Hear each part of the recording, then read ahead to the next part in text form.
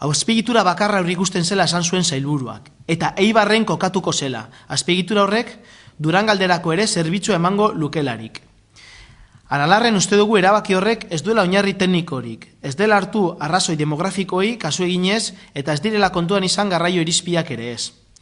Uste dugu dudabarik kokaleku zuzenagoa litzatekela azpiegitura hori Bizkaian egotea, eta konkretuki Durangaldean kokatzea.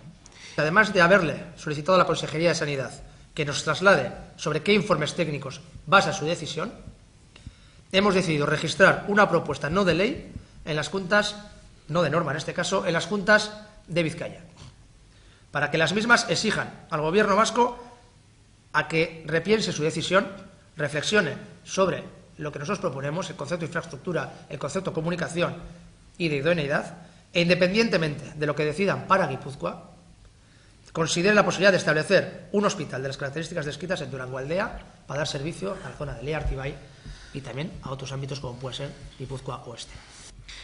Gainera, uste dugu egokia dela ospitale berria Jurretan kokatzea, eta esaten dugu nun pentsetan dugu, EITBek zeukan egoitza zaharrean.